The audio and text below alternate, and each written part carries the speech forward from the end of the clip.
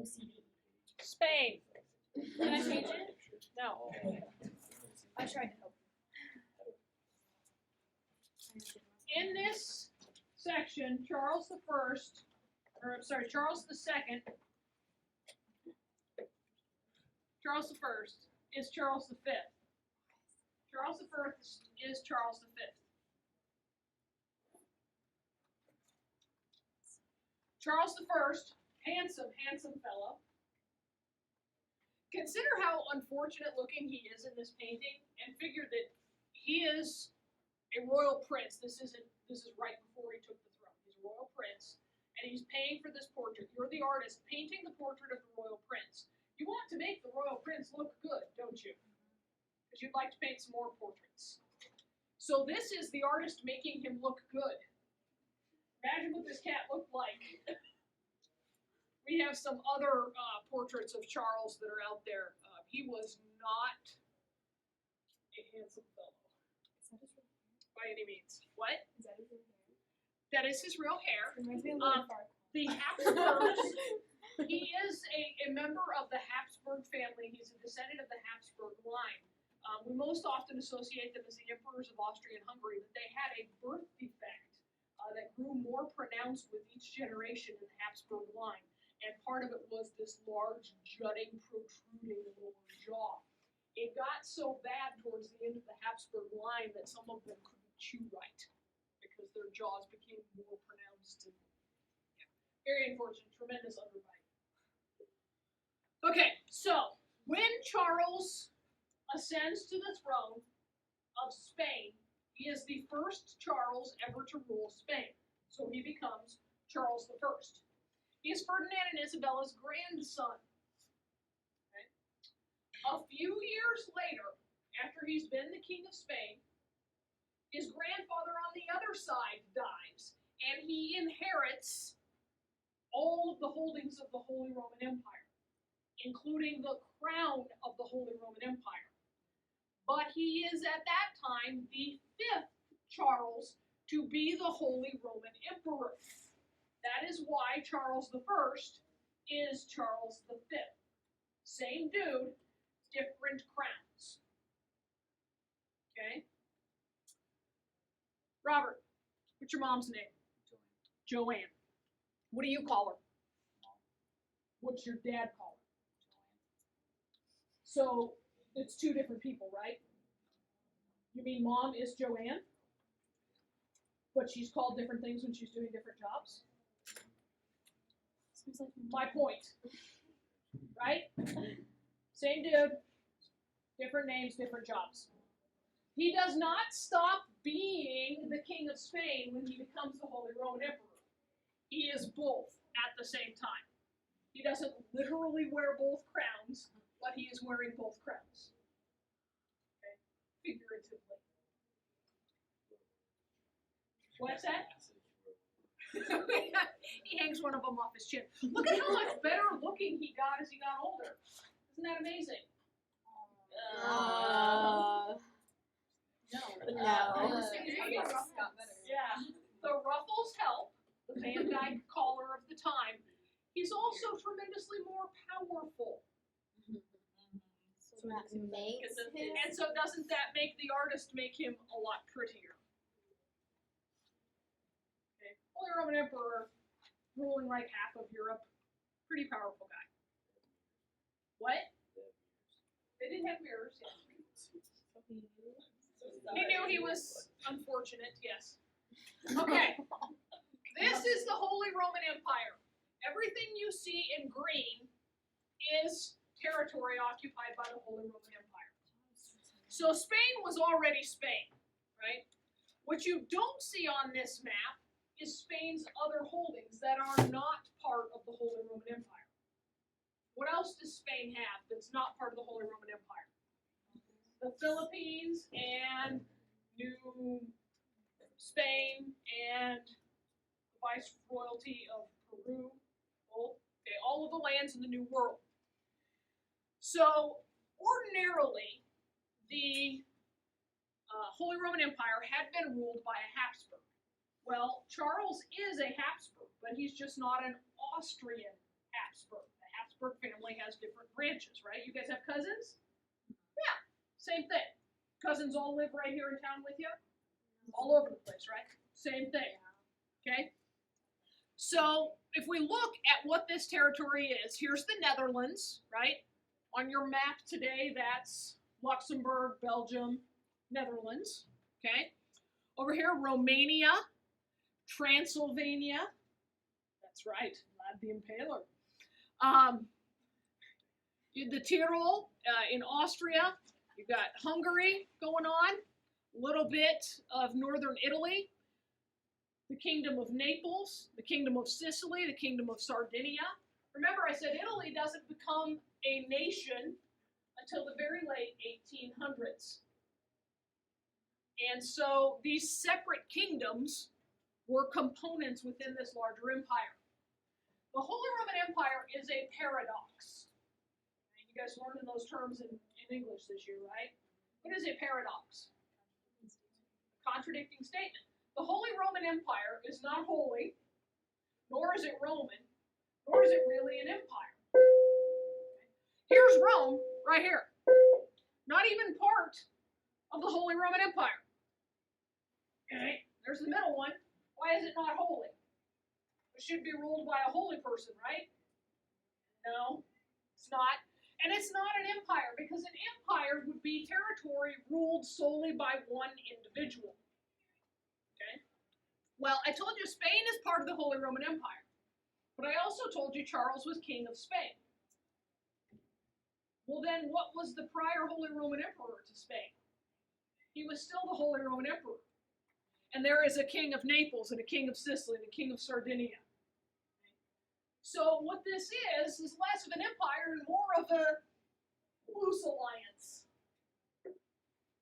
If the Holy Roman Emperor goes to war, he'll contact those other leaders and say, hey, send money, send troops. We're going to war. But he isn't running the day-to-day operations of all of this territory. Too big, impossible to do. Okay? So it's not holy, it's not Roman, it's not an empire, but we call it that way anyway. How would you abbreviate this in your notes? Because you're going to write it a lot for a few months. HRE. Very good. All right. Now, something you need to know about Charles. Charles is really Catholic. What is so funny?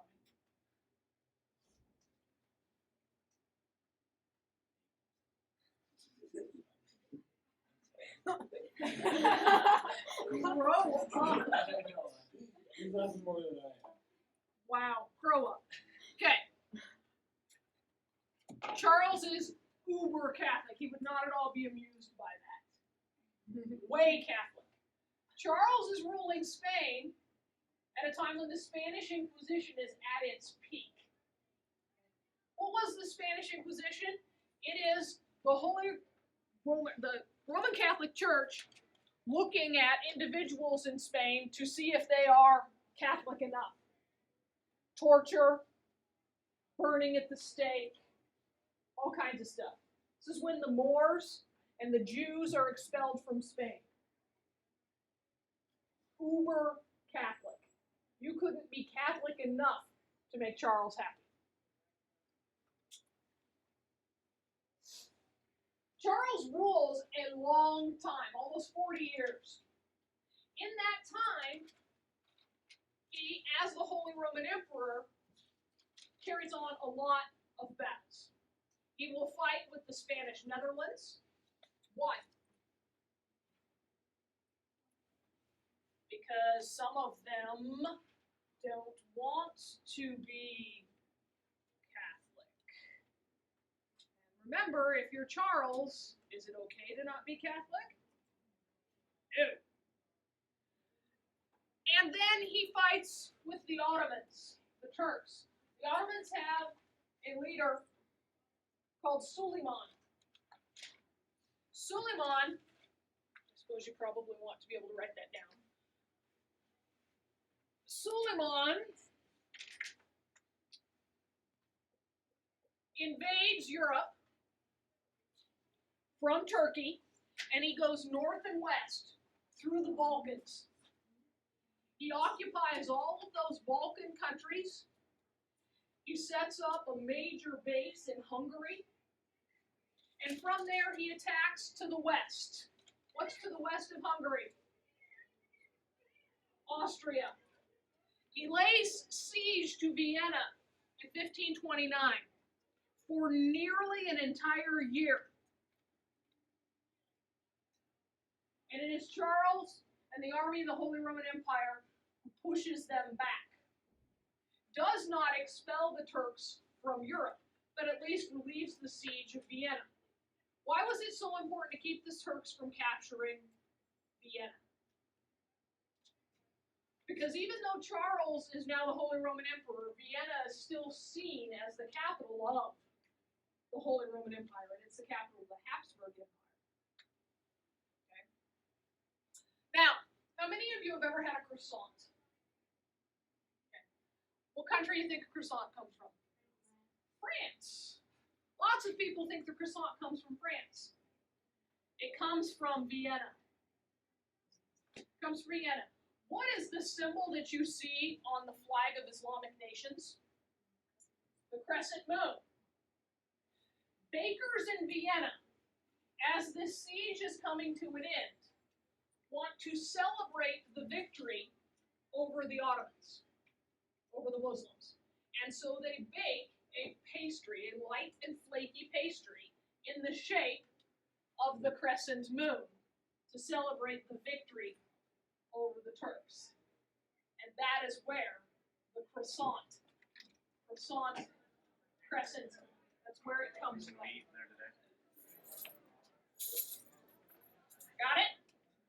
Pretty cool. Tidbits of history that make it interesting.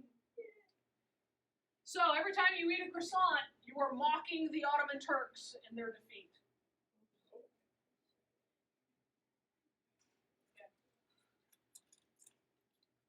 Charles is tired. He's tired. He's ruled for nearly 40 years. He's worn out. So he says, I'm done. I quit. But when you are a royal, when you are wearing a crown, you can't just quit. There has to be a special name for it. What is it? Abdicate. You abdicate the throne. Means you choose willingly to give up your throne. Charles says, I'm done. I am exhausted. I've done all I can. I can't do this anymore. I'm going to abdicate. And he does. He goes, he retires, he lives in a monastery for several more years. He divides his holdings between his son, Philip, and his brother, Ferdinand. Don't confuse his brother Ferdinand with his grandfather Ferdinand. Okay? Philip gets Spain, the Netherlands, Naples, and all of the Spanish overseas colonies, meaning the Philippines and New Spain. All of the rest of it goes to his brother, to his uncle, Philip's uncle, Charles V's brother, who also gets the crown of Holy Roman Emperor. Okay? Now, look at how Philip's name is spelled. Does anybody think that's different? Usually there's two L's. This Philip does not have two L's. There's an island chain in the Pacific somewhere. Whoops. That also does not have two L's. So when we get to Asia, remember this, young ones. Philippines has one L, just like the man it's named for. Got it? How to remember that the Philippines has two P's when it only has one L? I know it has three P's. The two together? Okay. Philippines is a long way away from here, right? Marissa, you board a flight, non-stop flight from LA to the Philippines. It's about a 7-hour flight. Stewardesses come through. Coke, tea, coffee, juice. Marissa has 2 cans of Coke. Then the pilot comes on and announces a malfunction with the latrine system on the plane. What is the first thing Marissa wants to do when that plane sets down in the Philippines? Don't ever spell it wrong. Okay.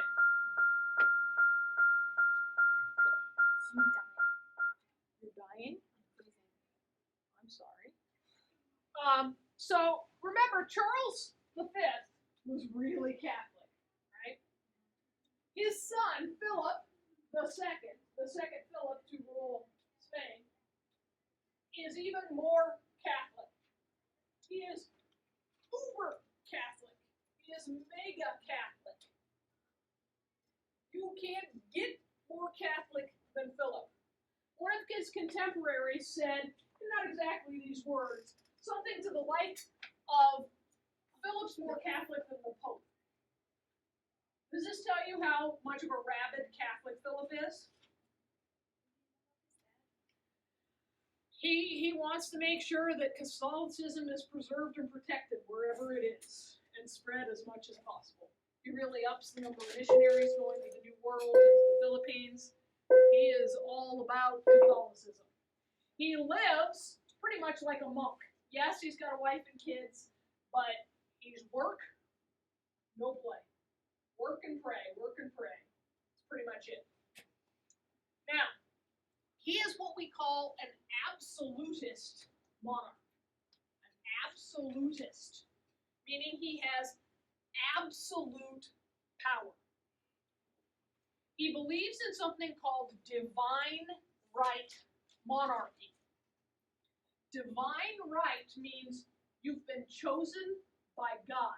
That's where the divine comes from. And because you've been chosen by God, you have the right and the obligation to rule your people. A divine right monarch considers himself or herself to be above the law. The laws do not apply to them, just like the laws of man don't apply to God. Why should they? God is infallible. Philip, in being an absolute monarch, exercises complete control over his territory and his people. And part of the secret to maintaining that complete control is to impress upon people how powerful you are. You can't ever let them think, oh, he's not so tough. Because if they think that, what might they do? Rebel. Yeah. Rioting would be bad. So one of the ways that many absolute monarchs project their power, they show how important they are, is they build magnificent palaces. And Philip does so. This is called the Escorial. El Escorial. Look at that thing. It is massive and gorgeous. It is a museum today. You can go there and you can see the bones of the Spanish Habsburgs. They're buried there. That's where the royal family tomb came to be. The National Biblioteca is there. It's also an art museum. Miles and miles of marble, beautiful stonework, paintings. All fantastic. And it's outside of town. It's outside of Madrid. Philip did not want to be distracted by the day-to-day sorts of things that would come up if you lived in the city. So he removes himself. We're going to study another absolutist monarch who studies what Philip does and mimics it in many ways off of Philip's model. Okay? Knowing that Philip is uber Catholic, is anybody surprised by the major design feature here? What's in the center of the castle? A church. Yep. The entire palace of the Escorial is built around a big cathedral. You can't be commuting to pray when you're the king and an uber Catholic. Really is a beautiful building too. It was tremendously damaged by fire and rebuilt entirely. Okay. Because he is an uber Catholic, Philip carries on the battles that his father had fought. Bless you. The Battle of Lepanto is a massive naval battle. I bet you've never gotten that from the painting.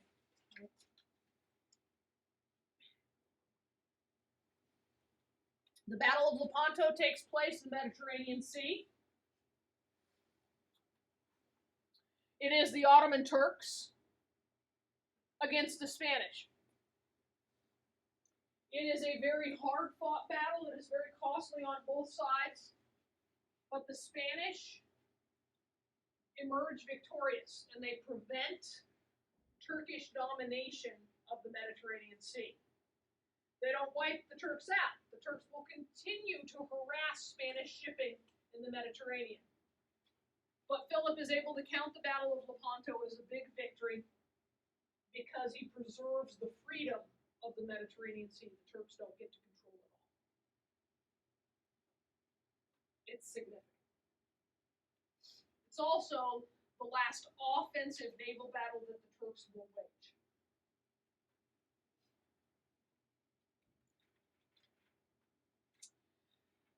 The Inquisition under Philip spreads to the Netherlands.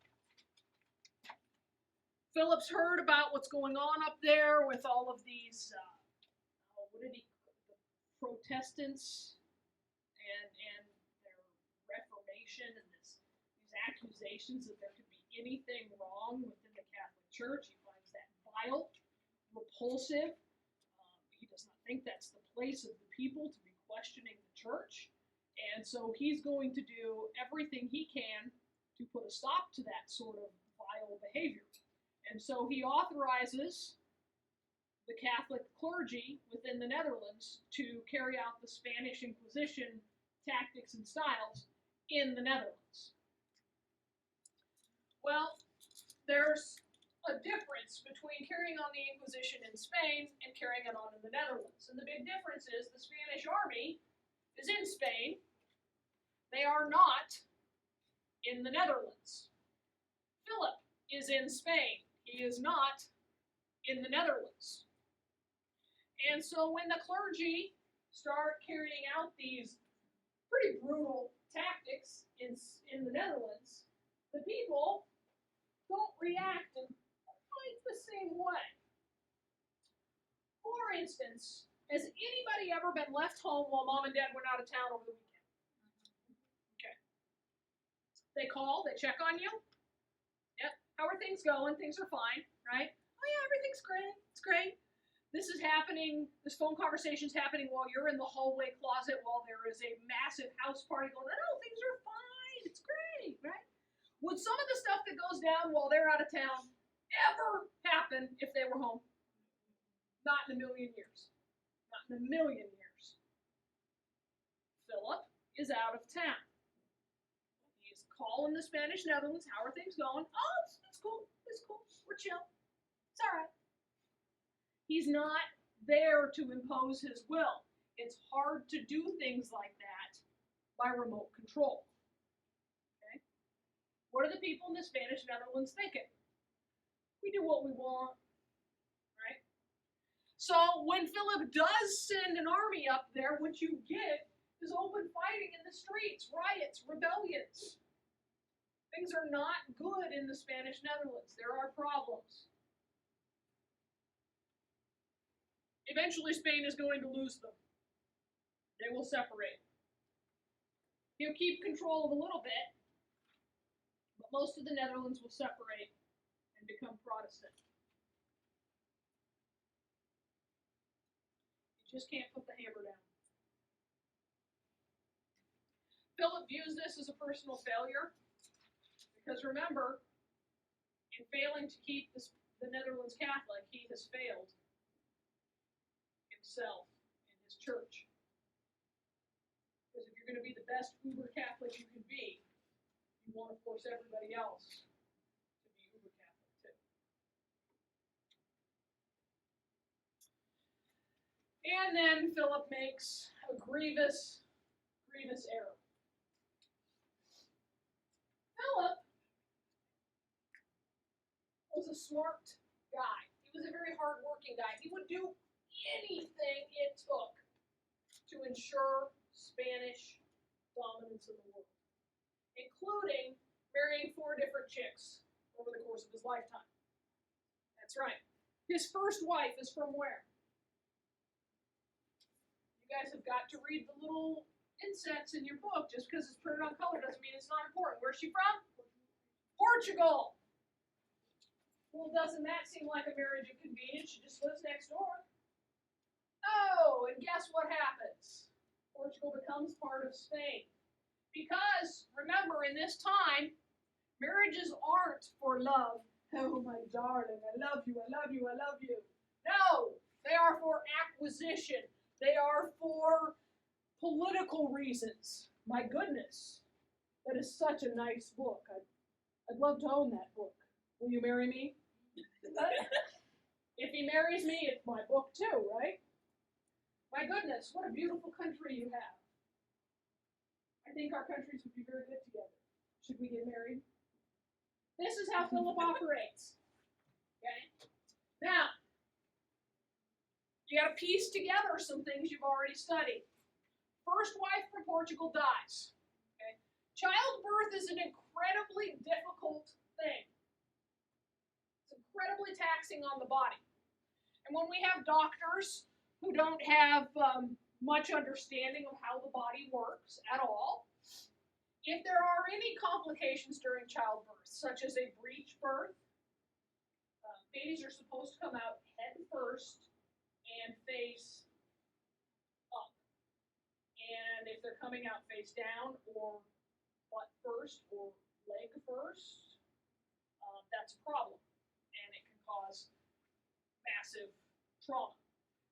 Sometimes the placenta doesn't come out and the woman dies of massive infection. Sometimes the placenta ruptures and there's internal bleeding. Doctors just couldn't fix that.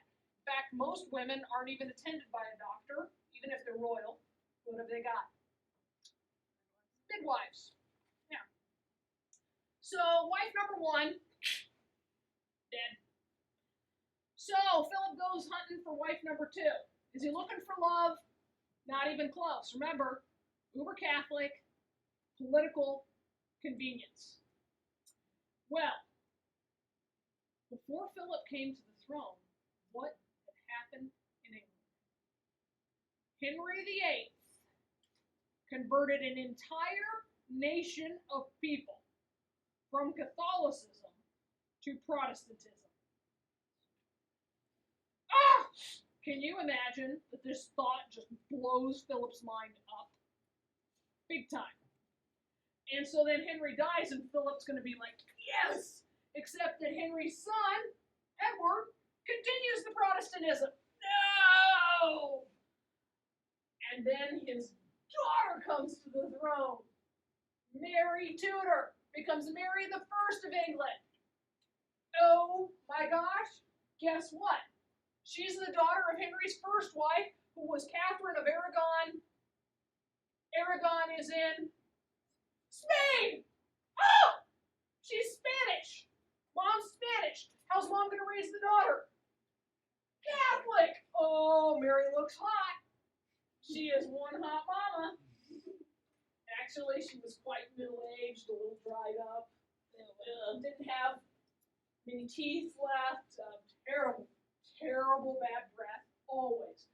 Chronic halitosis like you can't even imagine.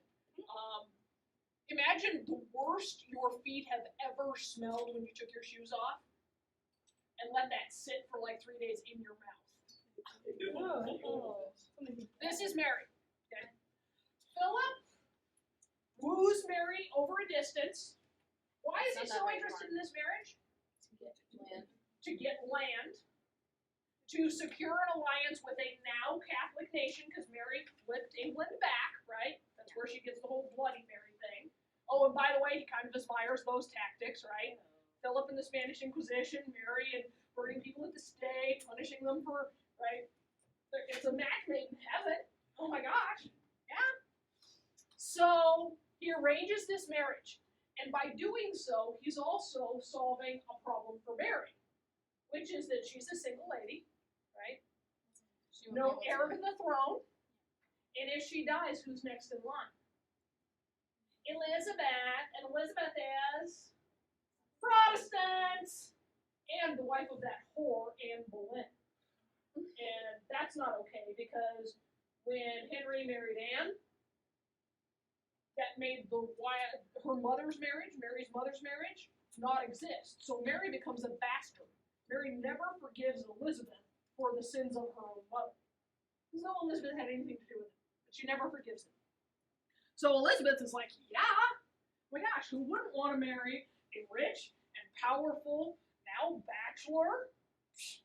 Yeah, and he's Catholic, a stud, sweet. Mary actually falls in love. She is head over heels. Philip is even younger. Oh, he's such a hottie. He's not as bad as his dad, but he does have the Habsburg chin a bit. Okay, he comes to England, stays for many months. Why? You may get married by proxy, but it's so difficult to make an heir to the throne by proxy. They don't have in vitro fertilization in the 1500s, guys. He's got to come to town and stay a while. And Mary can't go to Spain because her crown isn't exactly stable. She can't leave and leave Elizabeth there in England while she's out of town. So Philip comes and stays. And Mary is madly in love with him. Think about this halitosis and the situation poor Philip is in. Oh yes, I feel very bad for the guy. It's written about extensively, first person accounts. Yes. Yeah, if people are writing about how bad it is and that's saved through all of these centuries, that'd be some seriously bad breath. Right? Okay. So Philip comes to town, he stays, and Mary is pregnant. And he's like, okay, gotta go, see ya. Heads back to Spain. Well, it turns out that Mary's pregnancy is what's called a false pregnancy. She hoped so much that she was pregnant that she kind of wished a swelling and the sickness into existence.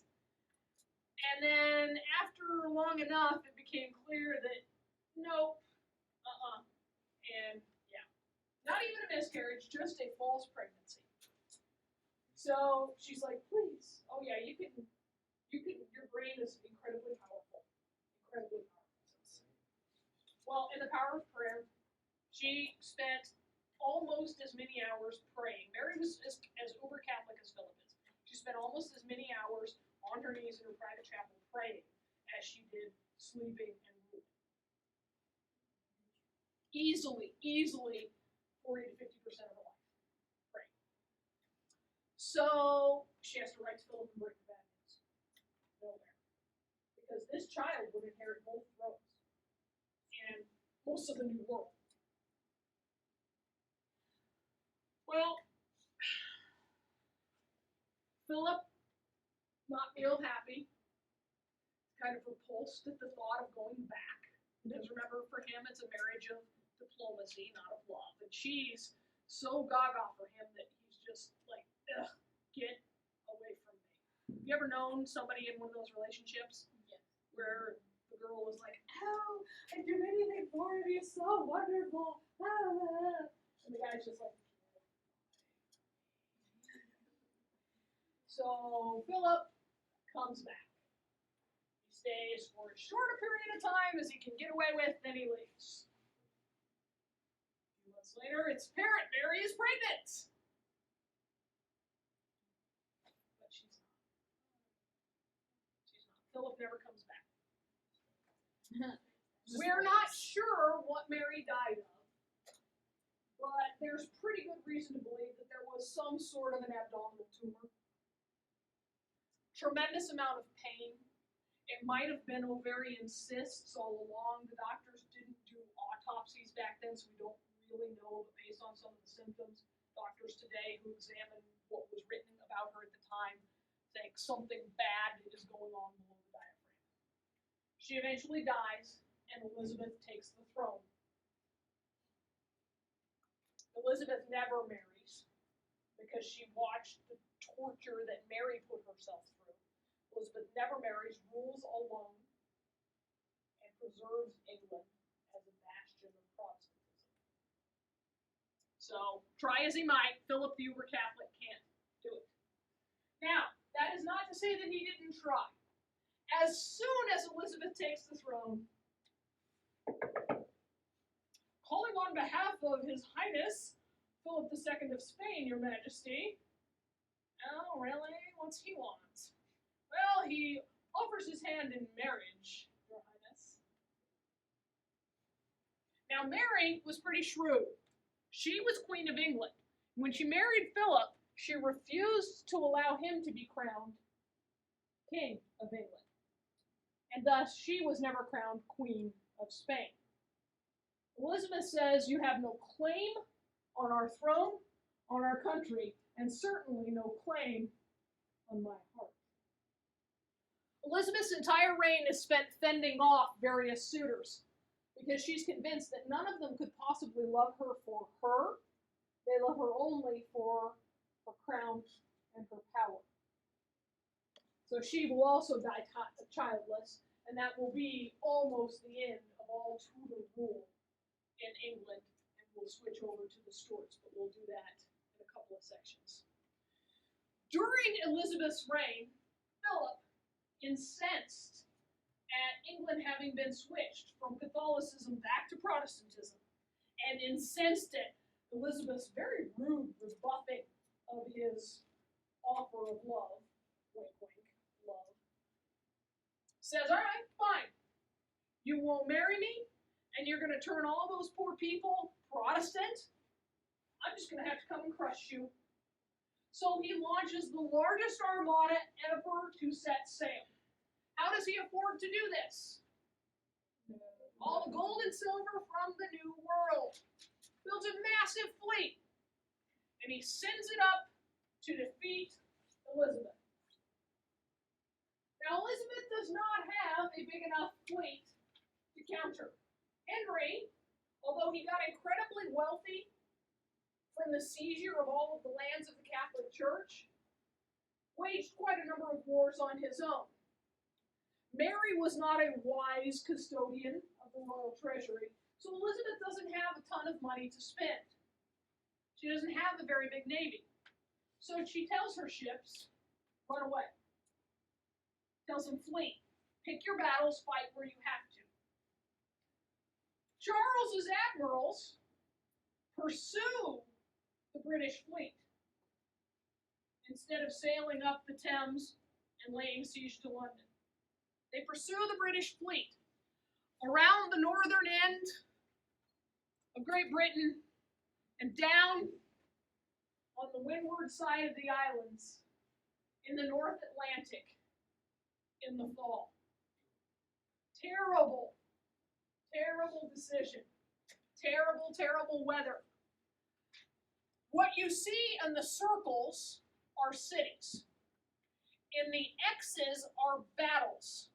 So there are 3 battles with the Spanish Armada. And they aren't very great for the Spanish because they couldn't handle the winds in the English Channel with their big ships and the sails. When you get that many ships together and they're all trying to get wind, the ships are blocking each other. So they had trouble navigating. Well, who's more familiar with the English Channel than the English? No one. So the English are able to pick them apart a little bit. Then the Spanish pursue them on around the islands. And what you see represented there with those little half ships aren't battles. Those are just sinkings. The Spanish Armada, 1588, going to be pretty much the end of Spain's influence on the world stage, with the exception of their influence in the New World colonies and the fact that that is going to linger. But the Spanish are never going to be able to reach out and touch or bully anybody into doing anything again after the Spanish Armada. It's pretty much the end of them. Yes, ma'am. 1588. Ta-da.